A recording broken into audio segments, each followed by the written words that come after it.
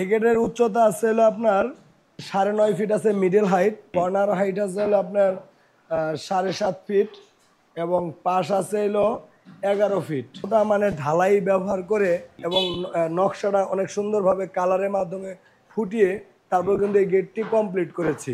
আর এই যে ঢালাইগুলো এগুলো আপনার 550 হয়, 600 হয়, এরকমের মধ্যেই থাকে। রড গুলো এইটা কি রড দিয়েছেন এগুলা?